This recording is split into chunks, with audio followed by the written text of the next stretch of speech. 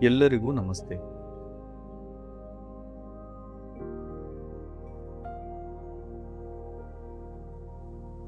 VSS banner ಅಡಿಯಲ್ಲಿ ಕಾನ್ಹಾ ಶಾಂತಿವನದಲ್ಲಿ ನಾವು ವಿಶೇಷ ಕಾರ್ಯಕ್ರಮವನ್ನು ನಡೆಸುತ್ತಿದ್ದೇವೆ. ಇದರ ವಿಷಯ ಧರ್ಮೇ ಸರ್ವಂ ಪ್ರತಿಷ್ಠಿತಂ.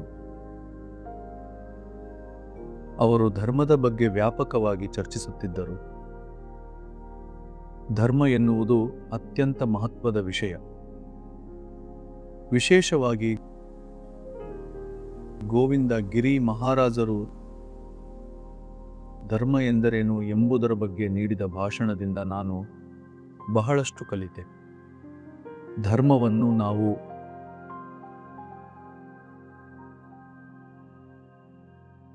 ಸಂಪೂರ್ಣ ವಿಭಿನ್ನ ದೃಷ್ಟಿಕೋನದಿಂದ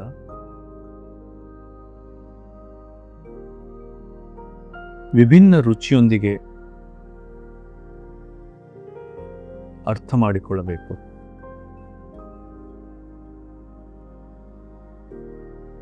ಧರ್ಮ ಎಂದರೆ ಜನರು ಹೇಳುವಂತೆ ಕೇವಲ ಧರ್ಮ ಸಂಪ್ರದಾಯ, ಪಂಥ ಅಥವಾ ಕುಲವಲ್ಲ.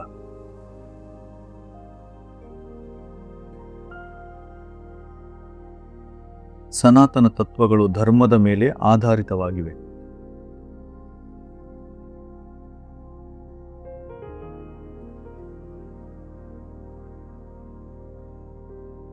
ಚಿಕ್ಕದಾಗಿ ಹೇಳುವುದಾದರೆ,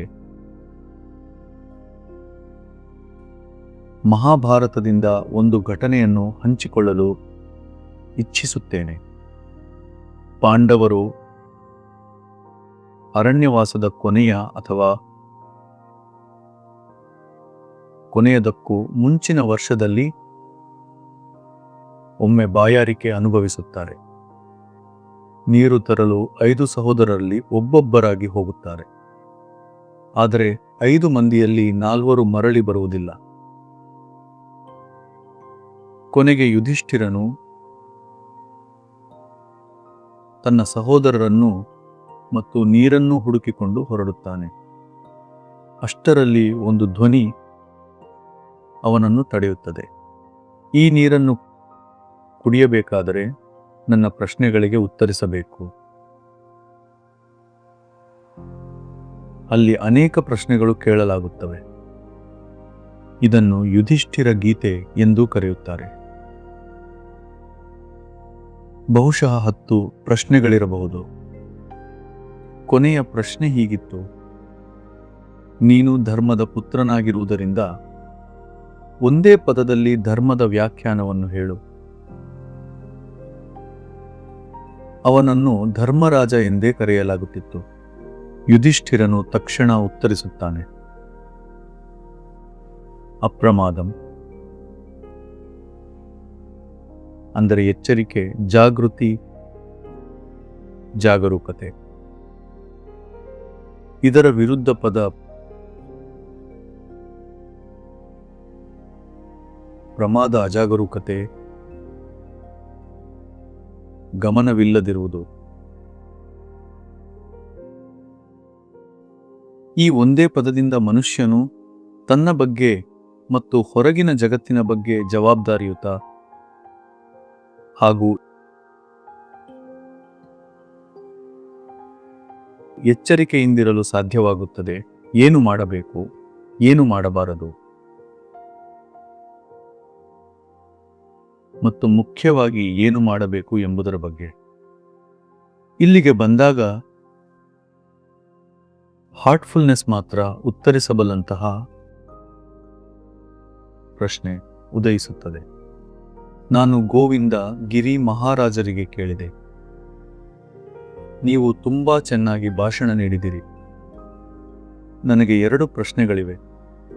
ಮೊದಲನೆಯದು, ಕೃಷ್ಣನು ಭಗವದ್ಗೀತೆಯ 17 ಅಧ್ಯಾಯಗಳಲ್ಲಿ ಧರ್ಮದ ಬಗ್ಗೆ ಮಾತನಾಡುತ್ತಾನೆ. ಆದರೆ 18ನೇ ಅಧ್ಯಾಯದಲ್ಲಿ ಹೀಗೆ ಹೇಳುತ್ತಾನೆ: ಸರ್ವ ಧರ್ಮಾನ್ ಪರಿತ್ಯಜ್ಯ ಮಾಮೇಕಂ ಶರಣಂ ವ್ರಜ. ಮೊದಲು ಧರ್ಮವನ್ನು ಅನುಸರಿಸು ಎಂದು ಹೇಳಿ. ನಂತರ ಅದನ್ನೇ ತ್ಯಜಿಸು ಎಂದು ಹೇಳುವುದು ಏಕೆ?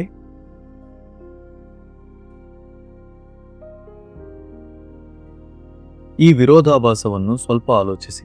ಎರಡನೆಯ ಪ್ರಶ್ನೆ, ಕಬೀರನು ಅಂತಿಮ ಸ್ಥಿತಿಯನ್ನು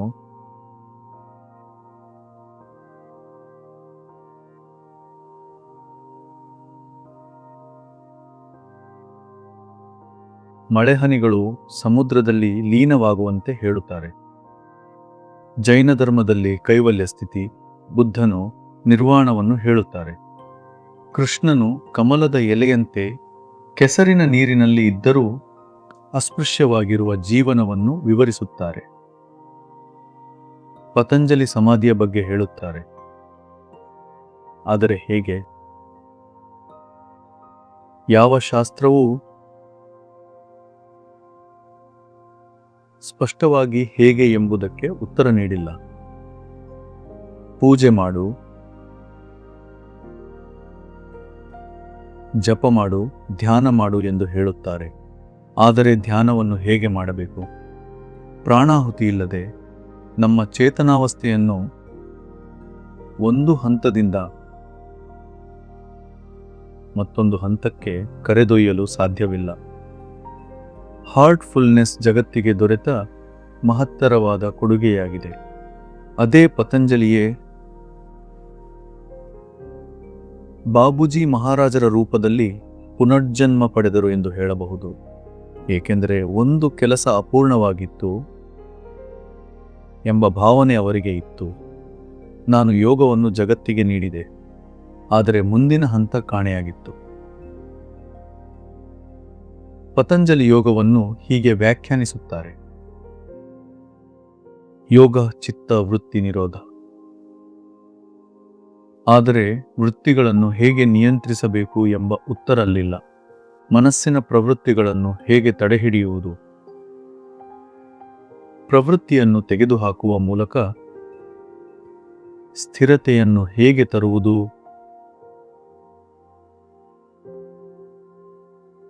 ಎಂಬುದಕ್ಕೆ ಅಲ್ಲಿ ಉತ್ತರವಿಲ್ಲ. ಪ್ರವೃತ್ತಿಗಳು ಇರುವವರೆಗೂ ನೀವು ಅಶಾಂತವಾಗಿರುತ್ತೀರಿ ಮತ್ತು ನಿಮ್ಮ ಪ್ರಜ್ಞೆಯ ಸರೋವರದಲ್ಲಿ ಅಲೆಗಳಿಂದ ತುಂಬಿರುತ್ತೀರಿ.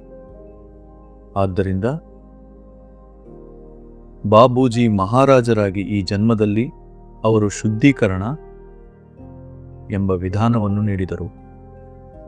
ಅದರ ಮೂಲಕ ಪ್ರಜ್ಞೆಯ ಸರೋವರವು ಅಲೆಗಳಿಲ್ಲದೆ ಉಳಿಯುತ್ತದೆ. ಪ್ರವೃತ್ತಿಗಳು ನಿಧಾನವಾಗಿ ಅಳಿದು ಹೋಗುತ್ತವೆ. ಹೋಮದಲ್ಲಿ ಅವುಗಳನ್ನು ಬಲಿ ಕೊಡಬೇಕು. ಅದು ಯೋಗದ ಮೊದಲ ಹೆಜ್ಜೆ. ಮೊದಲ ಹೆಜ್ಜೆ ಯಾವುದು? ಬಲವಾದ ಯೋಗದ ಮೊದಲ ಹೆಜ್ಜೆ ಯಮ. ಯಮ ಎಂದರೆ ಯಮರಾಜ, ಮರಣದ ದೇವತೆ. ನಮ್ಮ ಎಲ್ಲ ದೌರ್ಬಲ್ಯಗಳನ್ನು ಕೊಲ್ಲಲು ನಾವು ಯಮನಾಗುವಂತೆ ಪತಂಜಲಿಯು ನಮಗೆ ಸವಾಲು ಹಾಕುತ್ತಾರೆ. ಆದರೆ ಹೇಗೆ? ಅದು ಶುದ್ಧೀಕರಣದ ಮೂಲಕ ಮಾತ್ರ ಸಾಧ್ಯ. ಸಂಸ್ಕಾರಗಳಿಂದ ಹುಟ್ಟಿದ ಪ್ರವೃತ್ತಿಗಳನ್ನು ಶುದ್ಧೀಕರಣದ ಮೂಲಕ ಮಾತ್ರ ತೆಗೆದುಹಾಕಬಹುದು. ಸಂಸ್ಕಾರಗಳು ನಮ್ಮ ಅಭ್ಯಾಸ, ಚಿಂತನೆ, ಮನೋಭಾವ, ಭಾವನೆಗಳಿಂದ ನಿರ್ಮಾಣವಾಗುತ್ತವೆ. ಇದು ಒಂದು ದುಷ್ಟಚಕ್ರ. ಹಾರ್ಟ್ಫುಲ್ನೆಸ್ ಈ ದುಷ್ಟಚಕ್ರವನ್ನು ಹೇಗೆ ತಡೆಯುತ್ತದೆ ಎಂಬುದನ್ನು ನೋಡಿ. ಇದು ಈ ಇಚ್ಛಾಶಕ್ತಿಯನ್ನು ತಡೆಯುತ್ತದೆ.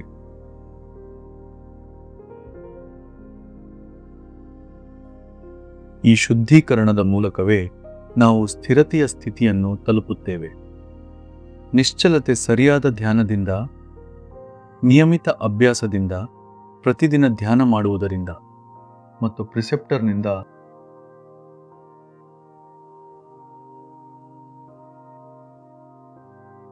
ತಿಂಗಳಿಗೆ ಕೆಲವು ಸಿಟ್ಟಿಂಗ್ಗಳನ್ನು ಪಡೆಯುವುದರಿಂದ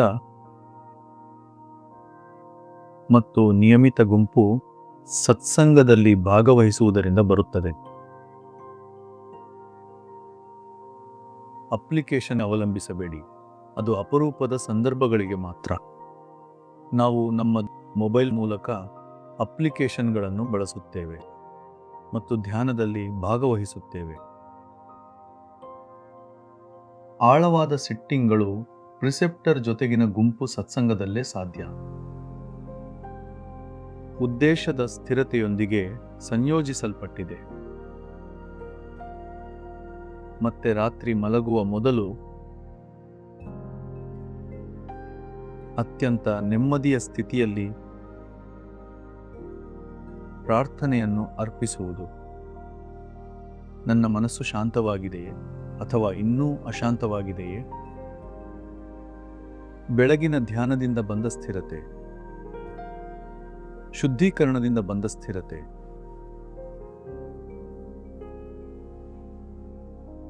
ಪ್ರಾರ್ಥನೆಯಿಂದ ಬಂದ ನೆಮ್ಮದಿ, ಈ ಮೂರು ಸೇರಿದಾಗ ನಮ್ಮನ್ನು ಉತ್ಪಾದಕ ಎಚ್ಚರಿಕೆ ತರುತ್ತವೆ.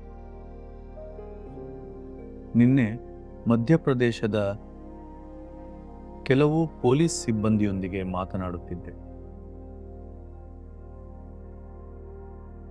ನಾನು ಹೇಳಿದೆ, ಕಳ್ಳರು ಎಚ್ಚರಿಕೆಯಾಗಿರುತ್ತಾರೆ, ನೀವು ಎಚ್ಚರಿಕೆಯಾಗಿರುತ್ತೀರಿ.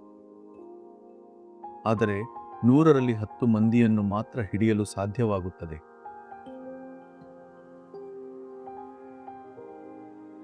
ಹಾಗಾಗಿ ಕಳ್ಳರ ಜಾಗರೂಕತೆ ನಿಮ್ಮದಕ್ಕಿಂತ ಹೆಚ್ಚು.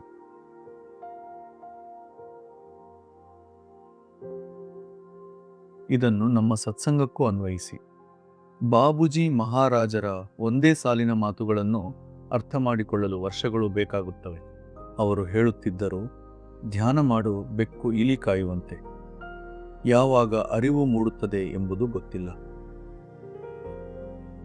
ಬೆಣ್ಣೆ ಕಡೆಯುವಂತೆ ಯಾವಾಗ ಹೊರಬರುತ್ತದೆ ಗೊತ್ತಿಲ್ಲ. ಧರ್ಮ ಎಂದರೆ ಎಚ್ಚರಿಕೆ ಎಂಬ ಯುಧಿಷ್ಠಿರನ ವ್ಯಾಖ್ಯಾನದ ದೂರವ್ಯಾಪಕ ಅನ್ವಯವನ್ನು ಇಲ್ಲಿ ನೋಡಬಹುದು. ಬಾಬೂಜಿ ಪರಿಹಾರವನ್ನು ಕೊಟ್ಟಿದ್ದಾರೆ. ಅದನ್ನು ನಾವು ಜೀವನದಲ್ಲಿ ಅಳವಡಿಸಬೇಕು.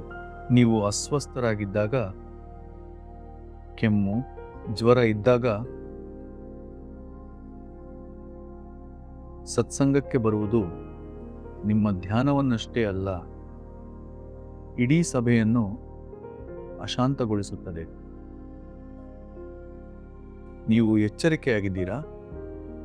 ಫೋನ್ಗಳನ್ನು ಆಫ್ ಮಾಡದೆ ಬರುವವರಂತೆಯೇ ಇದು ಇತರರಿಗೆ ಅಶಾಂತಿ ಉಂಟು ಮಾಡುವುದು ಅಧರ್ಮ. ರಾಮಾಯಣದಲ್ಲಿ ಯಜ್ಞವನ್ನು ಅಶುದ್ಧಗೊಳಿಸುತ್ತಿದ್ದ ರಾಕ್ಷಸರನ್ನು ರಾಮ ಲಕ್ಷ್ಮಣರು ವಧಿಸಿದ ಕಥೆ ನೆನಪಿಸಿಕೊಳ್ಳಿ. ಅವರು ಅಜಾಗರೂಕತೆಯ ರೂಪಗಳೇ. ಅವರು ಯಜ್ಞಗಳಲ್ಲಿ ಎಲ್ಲ ರೀತಿಯ ಪ್ರಾಣಿಗಳನ್ನು ಎಸೆಯುತ್ತಿದ್ದರು, ಯಜ್ಞವನ್ನು ಅಶಾಂತಗೊಳಿಸುತ್ತಿದ್ದರು. ಆಗ ರಾಮ ಲಕ್ಷ್ಮಣರು ತುಂಬಾ ಚಿಕ್ಕ ಮಕ್ಕಳಾಗಿದ್ದರು. ಋಷಿಗಳು ರಾಜ ದಶರಥನ ಬಳಿಗೆ ಬಂದು ಹೇಳಿದರು, ನಿಮ್ಮ ಇಬ್ಬರು ಮಕ್ಕಳನ್ನು ಸ್ವಲ್ಪ ಕಾಲಕ್ಕೆ ನಮಗೆ ಕೊಡುತ್ತೀರಾ? ಅವರ ಸಹಾಯ ನಮಗೆ ಬೇಕಾಗಿದೆ. ದಶರಥನು ಕೇಳಿದನು, ಮಕ್ಕಳೇ ಏಕೆ? ನಾನು ಸೇನೆಯನ್ನು ಕಳುಹಿಸುತ್ತೇನೆ, ಬೇಕಾದರೆ ನಾನೇ ಬರುತ್ತೇನೆ. ಆಗ ಋಷಿಗಳು ಹೇಳಿದರು, ಇಲ್ಲ, ನಮಗೆ ಸೇನೆ ಬೇಡ, ಕೇವಲ 2 ಮಕ್ಕಳು ಸಾಕು. ಅಂತಹ ರಾಕ್ಷಸರು ಯಜ್ಞವನ್ನು ಭಂಗಗೊಳಿಸುತ್ತಿದ್ದರು. ಮೊದಲು ನಾನು ಇಂಥವರನ್ನು ಮೊಬೈಲ್ ಫೋನ್ಗಳಿಗೆ ಹೋಲಿಸಿದ್ದೆ. ಎಚ್ಚರಿಕೆಯ ಕೊರತೆ, ಫೋನ್ ಆನ್ ಇಟ್ಟುಕೊಂಡಿರುತ್ತಾರೆ, ಅದು ಗಂಟೆ ಹೊಡೆಯುತ್ತಿರುತ್ತದೆ. ನಿಮ್ಮ ಎಚ್ಚರಿಕೆ ಎಲ್ಲಿದೆ? ಇಲ್ಲಿಯೂ ಅದೇ ಪರಿಸ್ಥಿತಿ. ಎಲ್ಲೆಡೆ ಕೆಮ್ಮುವುದು, ರೋಗಗಳನ್ನು ಹರಡುವುದು. ನೀವು ಎಚ್ಚರರಾಗಿದ್ದೀರಾ? ನೀವು ಧ್ಯಾನ ಮಾಡುತ್ತಿಲ್ಲ. ಈ ಕಾಯಿಲೆ ಹೋಗಬಹುದು, ಸ್ವಲ್ಪ ಚೆನ್ನಾಗಿರಬಹುದು. ಸತ್ಸಂಗವನ್ನು ಮಿಸ್ ಮಾಡಬಾರದು. ಮಿಸ್ ಮಾಡಿದರೆ ಏನಾಗುತ್ತೋ ಎಂದು ಯೋಚಿಸಿ. ಅನಾರೋಗ್ಯದಲ್ಲಿದ್ದರೂ ಇಲ್ಲಿ ಬರುವುದಕ್ಕೆ ನೀವು ಕಾರಣಗಳನ್ನು ಕೊಡುತ್ತೀರಿ, ಆದರೆ ಮನೆಯಲ್ಲಿದ್ದಾಗ ಧ್ಯಾನವನ್ನು ಬಿಟ್ಟು ಬಿಡುತ್ತೀರಿ.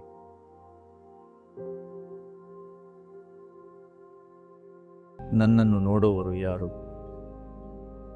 ನಾನು ಮನೆಯಲ್ಲೇ ಇದ್ದೇನೆ, ಧ್ಯಾನ ಬಿಡಬಹುದು ಎಂದು.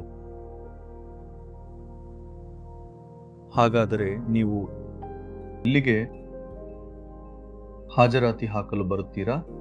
ಎಚ್ಚರವಾಗಿರಿ.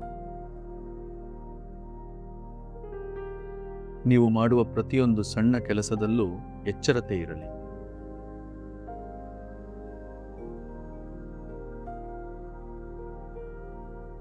ನಿಮ್ಮ ಹಾಜರಾತಿ ಪರಿಸರದಲ್ಲಿ ಅಲೆಗಳನ್ನು ಸೃಷ್ಟಿಸದಂತೆ ಹೇಗೆ ಇರಬಹುದು ಎಂದು ಗಮನಿಸಿ. ನೀವು ಎಲ್ಲಿಗೆ ಹೋದರೂ ನಿಮ್ಮ ಹಾಜರಾತಿ ತನ್ನದೇ ಆದ ಗುರುತು ಬಿಟ್ಟುಕೊಡುವಷ್ಟು ಆಳವಾದುದಾಗಿರಲಿ. ಮತ್ತೊಮ್ಮೆ ಬಾಬೂಜಿಯನ್ನು ಉಲ್ಲೇಖಿಸುತ್ತೇನೆ. ಒಬ್ಬ ವ್ಯಕ್ತಿಯನ್ನು ನೋಡಿ, ಅಯ್ಯೋ, ಇವರು ಖಂಡಿತ ಸಹಜ ಮಾರ್ಗಿಯೇ ಇರಬೇಕು ಎಂದು ದೂರದಿಂದಲೇ ಗುರುತಿಸಬಹುದಾಗಿರಬೇಕು. ದೂರದಿಂದ ನೋಡಿದರೂ ಸಹಜ ಮಾರ್ಗಿ ಎಂದು ಕಾಣಬೇಕು.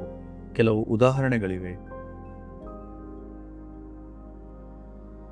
ಆದರೆ ಬಹುಮತ ಜನರು ಹಾಗಿಲ್ಲ. ಕಾರಣ ಎಚ್ಚರತೆಯ ಕೊರತೆ. ಅಂದರೆ ಈಗಷ್ಟೇ ಆಧ್ಯಾತ್ಮಿಕ ಸ್ಥಿತಿ ಬಂದಿದೆ, ಮುಂದಿನ ಕ್ಷಣದಲ್ಲೇ ಅದು ಕಳೆದು ಹೋಗುತ್ತದೆ. ಇದೂ ಕೂಡ ಎಚ್ಚರತೆಯ ಕೊರತೆಯಿಂದಲೇ. ಆಧ್ಯಾತ್ಮಿಕ ಸ್ಥಿತಿಯನ್ನು ಮೌಲ್ಯಮಾಪನ ಮಾಡಬೇಕು, ಅದನ್ನು ಗೌರವಿಸಬೇಕು. ಧ್ಯಾನದ ಮೊದಲು ನಮ್ಮ ಸ್ಥಿತಿ ಹೇಗಿತ್ತು ಎಂಬುದನ್ನು ಹೋಲಿಸಿ ನೋಡಿ. ಧ್ಯಾನ ಮಾಡಿದ ನಂತರ ನಾವು ಹೊಸ ಆಧ್ಯಾತ್ಮಿಕ ಹಂತವನ್ನು ತಲುಪುತ್ತೇವೆ. ಅದನ್ನು ಎಚ್ಚರಿಕೆಯಿಂದ ಗಮನಿಸಿ, ಆ ಬದಲಾವಣೆಯನ್ನು ನೋಡಿ ಮತ್ತು ದಿನದ ಚಟುವಟಿಕೆಗಳ ನಡುವೆಯೂ ಅದನ್ನು ಹಿಡಿದುಕೊಂಡಿರಬೇಕು. ಹಣ ಸಂಪಾದಿಸಿದ ಜಿಪುಣನಂತೆ, ಹಣವನ್ನು ಕೈಯಿಂದ ಬಿಡದಂತೆ. ಅದೇ ರೀತಿ ನೀವು ಆಧ್ಯಾತ್ಮಿಕ ಜಿಪುಣರಾಗಿರಿ. ಕನಿಷ್ಠ ನಿಮ್ಮ ಒಳಗಿನ ಸ್ಥಿತಿಯನ್ನು ಗಮನಿಸುವ, ಸಾಕ್ಷಿಯಾಗುವ ಅಭ್ಯಾಸವನ್ನು ಬೆಳೆಸಿಕೊಳ್ಳಿ. ನಿಮ್ಮ ಆಂತರಿಕ ಸ್ಥಿತಿಯನ್ನು ಗುರುತಿಸಿದಾಗ ಮಾತ್ರ ನೀವು ಅದರೊಂದಿಗೆ ಒಂದಾಗಬಹುದು, ಅದನ್ನು ಗಾಢಗೊಳಿಸಬಹುದು, ಅದರಲ್ಲಿ ಲೀನರಾಗಬಹುದು. ಆಧ್ಯಾತ್ಮಿಕ ಸ್ಥಿತಿಗಳು ಹೋಲಿಕೆ ಮಾಡಬೇಕೆಂದರೆ ಮುಷ್ಟಿಯಿಂದ ಗಾಳಿಯನ್ನು ಹಿಡಿಯಲು ಪ್ರಯತ್ನಿಸುವುದಕ್ಕಿಂತಲೂ ಕಷ್ಟವಾಗಿವೆ. ಇದನ್ನು ಹೇಗೆ ನಿರ್ವಹಿಸಬೇಕು? ಉತ್ತರ ಒಂದೇ: ಆಸಕ್ತಿ. ನಿಮ್ಮಲ್ಲಿ ನಿಮಗೆ ನಿಜವಾಗಿಯೂ ಆಸಕ್ತಿ ಇದೆಯೇ? ಇದರ ಬಗ್ಗೆ ಧ್ಯಾನ ಮಾಡಿ, ಚಿಂತನೆ ಮಾಡಿ. ನಿಮ್ಮ ಹಾಜರಾತಿಯನ್ನು ಹೇಗೆ ಹೇಳಲಿ, ನೀವು ಮಾಡಿರುವ ತ್ಯಾಗದ ಸಂಪೂರ್ಣ ಲಾಭವನ್ನು ಪಡೆಯುವಂತೆ ಮಾಡಿಕೊಳ್ಳಿ. ಕುಟುಂಬದಿಂದ ದೂರ ಬಂದು, ಕಾನ್ಹಾಗೆ ಬಂದು ಇಷ್ಟೊಂದು ಹಣ ಖರ್ಚು ಮಾಡುತ್ತಿದ್ದೀರಿ. ನಿಮ್ಮ ಸಮಯವನ್ನು ಸಾಧ್ಯವಾದಷ್ಟು ಉತ್ತಮವಾಗಿ ಬಳಸಿಕೊಳ್ಳಿ. ಧನ್ಯವಾದಗಳು.